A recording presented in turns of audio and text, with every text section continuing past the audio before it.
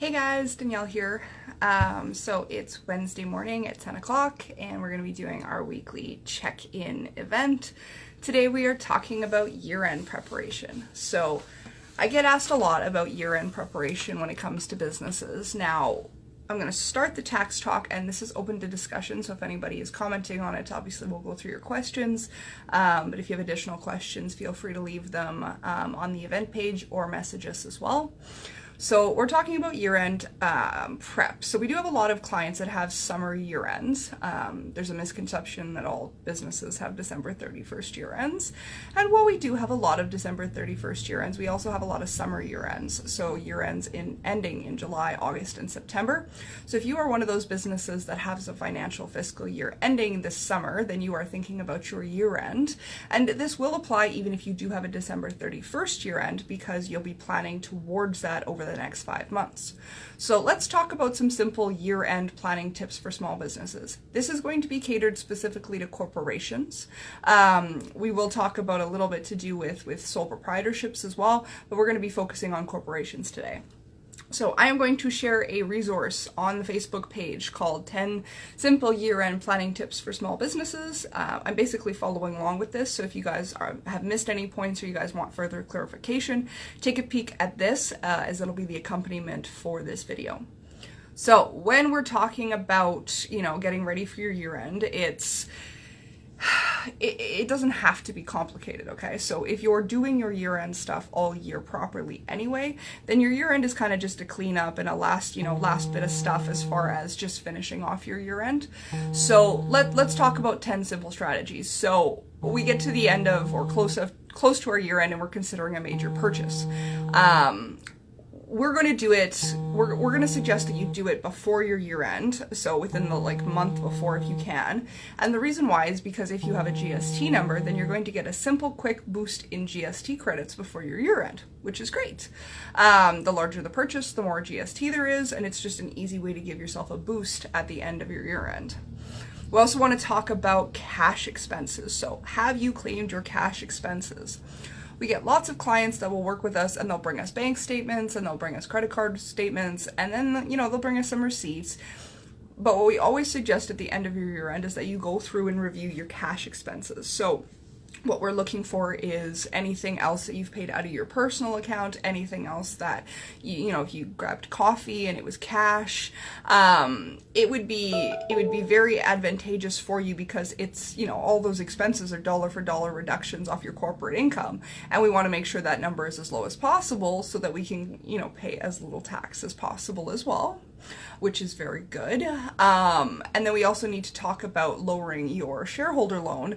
And if we're doing that, then any cash expenses or anything paid through your personal account or personal credit cards will directly reduce your taxable income, which is coming from your shareholder loan.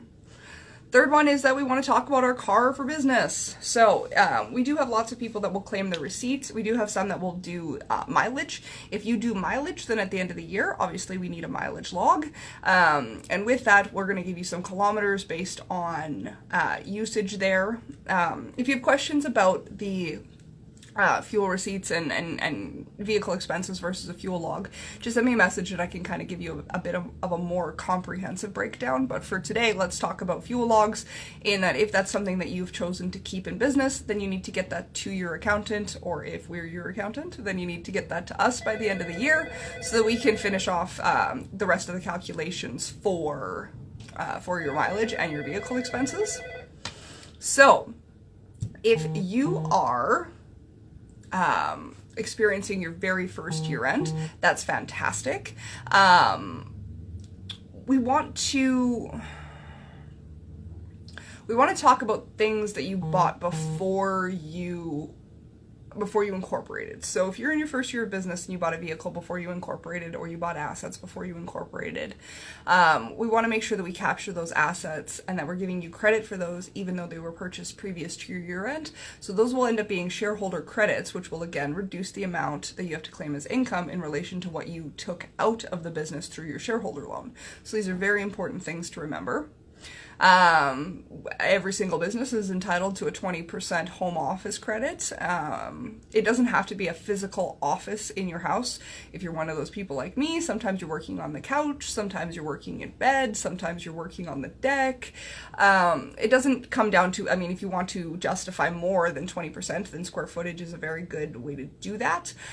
For some businesses, say personal trainers, if you've, turned your basement into a personal training, space, then you get to write that off at a higher percentage. And if you have a daycare, like day homes and daycare, some day homes will incorporate, and if you are an incorporated day home or daycare center, then you get a little bit more credit if the facility is your home for business.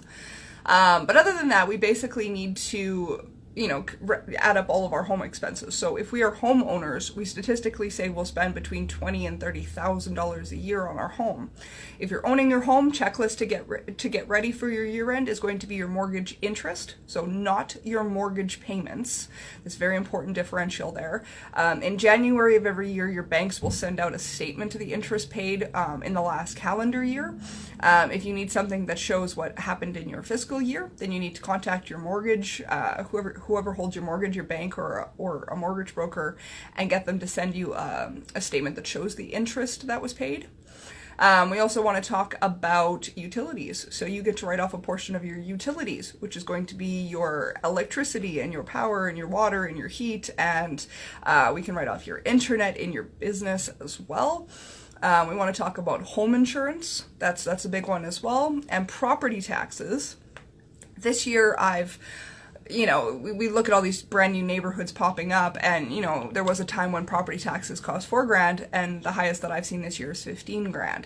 So even at 20 or 30% of that, that's a very large dollar for dollar reduction off your taxable income. So it's something that we absolutely need to be keeping track of. The next one and the last one on the home expenses side will be condo fees. If you pay dues or memberships to live in a certain area, if you have condo fees, those are an absolute straight up business expense. We definitely need to claim those.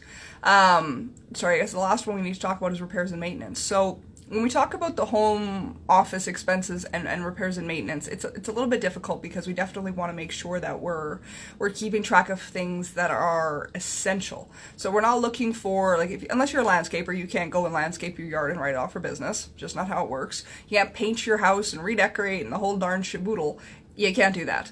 But if you paint a home office, or you buy supplies for a home office, or you renovate essential things in your house, so if your furnace needs to be replaced in your hot water tank, and sometimes we can get partial credits for roofing and siding and windows because those are essential to the heat and the ability to work inside your house. If you have questions about specific home repairs and you're not sure whether they qualify, just include them and we can have a conversation about it, and it's either going to be a yes or a no. So it's pretty simple, but we do need to make sure that we are capturing that. So that's work at home. Point number 6 on here is consider how you want to pay yourself. So we talked about paying yourself in a video that I put up yesterday. If you guys haven't seen that, go check out the How Do I Pay Myself video. When we are corporation owners, we have 2 choices to pay ourselves. We technically have 3, but most people do one of the 2. So you could be an employee in your company, and if you are an employee in your company, then your income's already taken care of. You may need a dividend to top that up if you've taken out more out of the company over and above what you have yourself on payroll. If you have not put yourself on payroll, then you have 2 options. So we can pay ourselves through dividends, or we can pay ourselves through T4. I'm not going to spend a lot of time talking about that in this video because I am going to direct you to how I pay myself. It's about a 20-minute video on the ins and outs of how to pay yourself as a corporation owner. I will also link that link in this video description up top. Make sure you take a peek at that video as well. It's also on our YouTube channel. But essentially, we can either choose to do a T4 or a dividend, and the differences between those 2 is how much personal tax and how much corporate tax we want to pay. So we will look at that, as well as at your year-end time. That's my job, to look over how much you have taken out of the business and determine if we need some more budgeting and planning strategies for next year if we're ending up with a bit higher on the income side.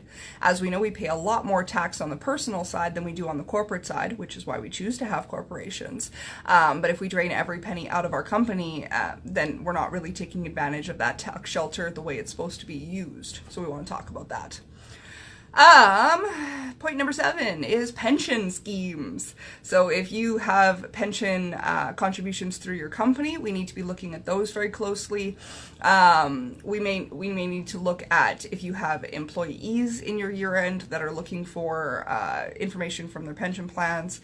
We can talk about the ins and outs of what is tax deductible and what's not in another video. If you have questions specifically about pension plans in your business, just give me a shout, send me a message. We can talk more about that.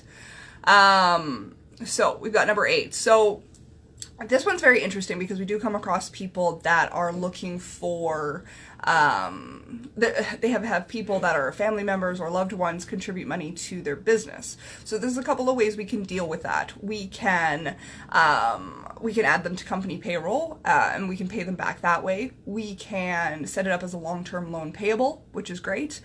Whether there's interest or not on loans given from family members is at your guys' discretion, but you should have some paperwork drawn up so that it's legitimately on the books, and making sure then that person, it's not taxable income coming back to them, it's just a loan repayment for a personal loan, which is fine. But yeah, just some options there. 9 is deferring income. So you may be able, you may be one of those businesses that has invoicing in the way you do business. So we have options and flexibility with deferring income. I want to talk about it for 2 minutes here because we do have a large base of clients that do project-based invoicing. So if you're a project-based invoicing company, that means that you work on longer, bigger projects, and you'll probably take a deposit right when you get started on the job, and then the remainder will be paid out in increments or upon completion.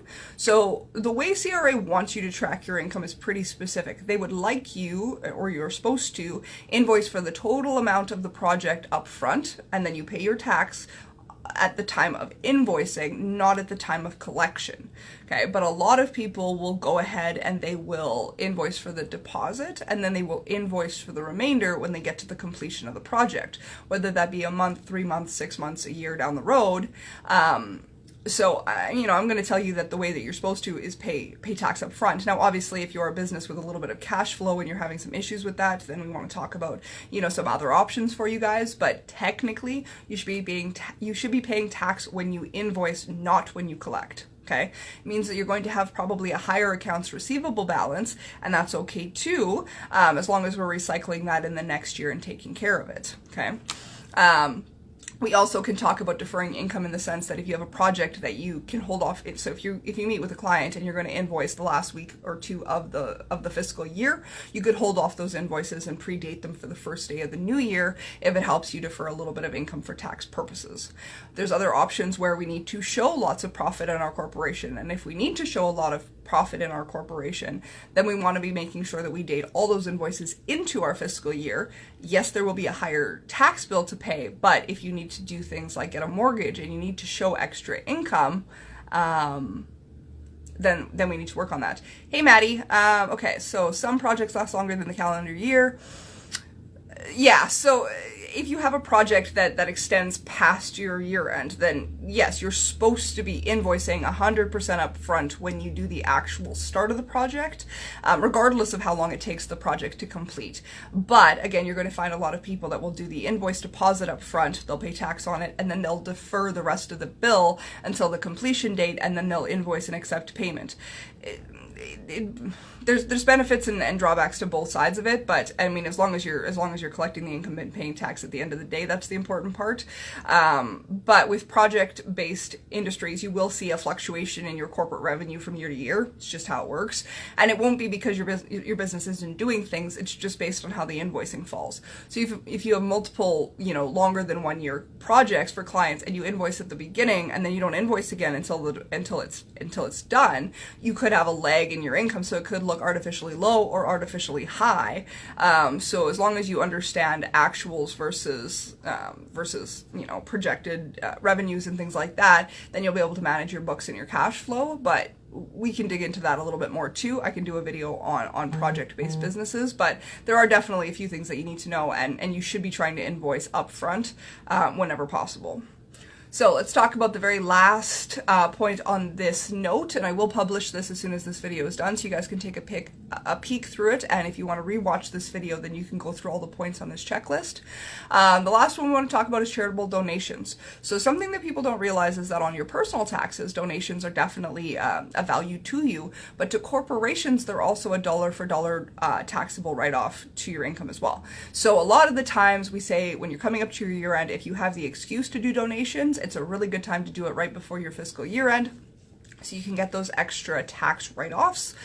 There's no GST on charitable donations, so they're not going to affect your GST, but they are going to affect your corporate profit, which is very important. So if you guys are looking for an excuse to donate to your favorite charity, that's a very good time to do it. So those are some very quick and dirty tax tips for planning for your fiscal year end. I am going to add a note here at the end of this video that when we're talking about year ends for business, there's a very, very important distinction to be made between sole proprietorships and incorporated companies. So this video has been very specifically tailored towards incorporated businesses, but there are lots of things that in this talk that do apply to sole proprietorships. But the most important point that we need to get across, and the most important point that I get asked about a lot, is that as a sole proprietorship, you do not get a say in your fiscal year. So you are always by default January to December 31st for whatever year it is, or in your first year it may be whatever day you started business. Maybe you started March 2nd, then it would be March 2nd to December 31st, and you will always run January to December. So when we're doing inventory and we're doing accounts receivable and we're doing accounts payable, we want to absolutely be on top of that at the end of December. So the beginning of January, we need to record those numbers, because by the time we actually file our taxes as a sole prop, it could be up to 6.5 months later, because you have the extended deadline to file by June 15th, which means that that information could be very blurry by the time we get there to do your taxes. So January is going to be the month that you want to spend some time just getting, you know, some reports printed from your business and get, you know, all those important numbers out of the way for inventory and things like that. That's one point that's not on this worksheet that I'm going to share with you guys, but we'll talk for 2 minutes about inventory. If you guys have inventory in your business, I am going to hammer on the fact that you guys need to do it a few times a year, at least twice a year, so biannually. But if you can't do it two times a year, you have to do it within the last 2 or 3 weeks of your fiscal year. And the reason why is because, again, your stock is going to be changing so fast that by the time we get to actually doing your year end, even for fiscal year ends for corporations, you have up to 90 days to file. So when you have 90 days to file, that information could be completely inaccurate by the time we actually sit down and do the year end. So we want to be making sure that we're having those accurate numbers, you know, whenever possible. If you have a software that keeps track of your inventory, that's great. If you've got a POS machine that keeps track of your inventory, also great. But a lot of people will carry smaller inventory amounts and they won't have a software that does it for them. So then we're looking at a manual count. If you're looking at a manual count for your inventory, I usually suggest you put aside at least a day or two, because you're going to do your first run of inventory and then you're going to second check it. And the reason why we need to do that is because we're human and we mess up numbers and we're dyslexic on the best of days. And we want to make sure that that number is as straightforward as possible. Now, when we're talking about inventory, the other reason why inventory is the bridge I choose to die on when it comes to what I'm going to hammer out that you need to do in your business is that when you become a larger, you know, organization and you're carrying a standing inventory, maybe you're a retail store, is that people are crooked and people suck. You're going to have people that pocket things, you're going to have employees that steal from you, you're going to have a lot of things to deal with that if you're not checking every few months or at least biannually, you will have absolutely no clue about. And that's horrible, because as a business owner, you're losing money, you're losing that accountability of being able to confront staff members or customers that are potentially screwing you over. So keeping on top of our inventory is so very important. When we talk about that, ideally you should be doing it every 3 months, but if you can do it biannually, do it biannually. So yeah, within the last 2 or 3 weeks of your year end, so we get as close to a complete accurate number as possible is definitely recommended. So like I said, when we talk about year end stuff, I mean, most businesses are not ready to go within the 30 days directly, you know, after their year end date. It's just not how it works. So that's why the government gives us 90 days as an incorporated business to file our taxes. But we also don't suggest that you bring us your books at the, you know, at the 87th day and go, woohoo, I have 90 days to file. I need to be filed in 4 days. because then we're going to be a little unhappy with you, because we don't want to be rushed doing what we do, because we want to have enough time to go back and forth with you about the specifics and the, you know, all the stuff we need to go back and forth about inventory and home expenses and vehicle expenses and paying yourself and all of that stuff. So we want to make sure that we give ourselves you know, a good timeline to do that.